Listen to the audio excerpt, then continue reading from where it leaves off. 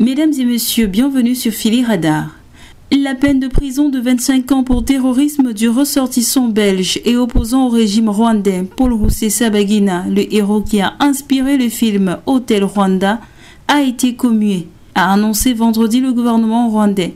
Paul Rusesabagina avait abrité des centaines de personnes pendant le génocide de 1994, inspirant le film Hôtel Rwanda.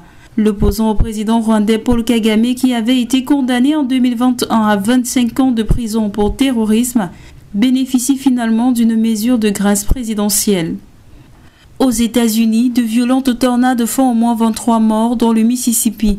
Pas moins de 23 personnes ont été tuées et des dizaines d'autres blessées après que des tornades mortelles ont ravagé l'État du Mississippi, dans le sud-est des États-Unis vendredi soir, rasant des maisons.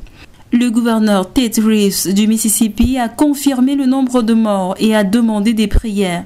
À Rolling Fork, une ville de quelques 200 habitants dans le centre-ouest du Mississippi, des images montraient samedi matin des rangées entières de maisons arrachées de leurs maigres fondations, des rues jonchées de débris et de voitures retournées sur leurs toits. 3 mois après le dénouement de l'affaire des 49 militaires ivoiriens arrêtés, jugés et condamnés au Mali avant d'être graciés par le colonel Assimi Goïta, Bamako et Abidjan décident de renforcer leurs relations dans tous les domaines.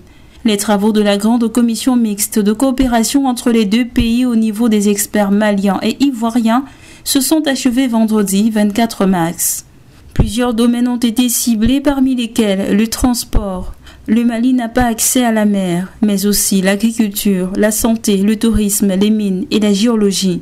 Le domaine de la sécurité a été également évoqué. Voulant probablement tirer les leçons de l'affaire des 49 militaires ivoiriens arrêtés à Bamako avant d'être jugés, condamnés et graciés en janvier dernier, les deux pays envisagent de créer un cadre juridique afin d'éviter d'autres incidents de même nature.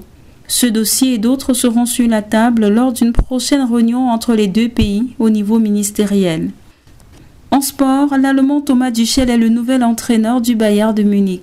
Il remplace à ce poste Julian Nagelsmann, un autre Allemand qui a été licencié pour défaut de résultats.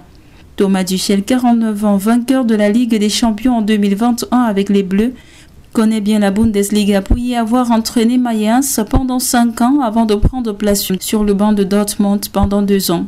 L'ancien défenseur central a aussi dirigé le PSG entre 2018 et 2020, atteignant notamment la finale de la Ligue des Champions 2020.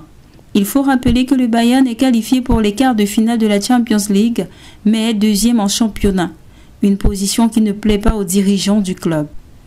Le club espagnol FC Barcelone pourrait-il se retrouver exclu des compétitions de football européennes? C'est une conséquence possible de l'enquête ouverte sur le club espagnol jeudi par l'UEFA dans le cadre de l'affaire Negreira. L'ancien haut responsable de l'arbitrage espagnol José María Enríquez Negreira est accusé d'avoir reçu près de 7,3 millions d'euros de la part du Barça entre 2001 et 2018 pour des conseils sur l'arbitrage. Des sommes qui, selon les autorités, pourraient avoir servi à corrompre des directeurs de jeu. Le 10 mars, le parquet de Barcelone avait inculpé le club et plusieurs de ses anciens dirigeants pour notamment corruption et abus de confiance à la suite de ce scandale, qualifié de pire moment qu'a jamais traversé le football espagnol par le président de la Liga, Javier Tebas. Voilà, c'est tout pour ce flash d'information. Merci de l'avoir suivi. Abonnez-vous et activez la cloche de notification pour suivre toute l'actualité sur Philly Radar.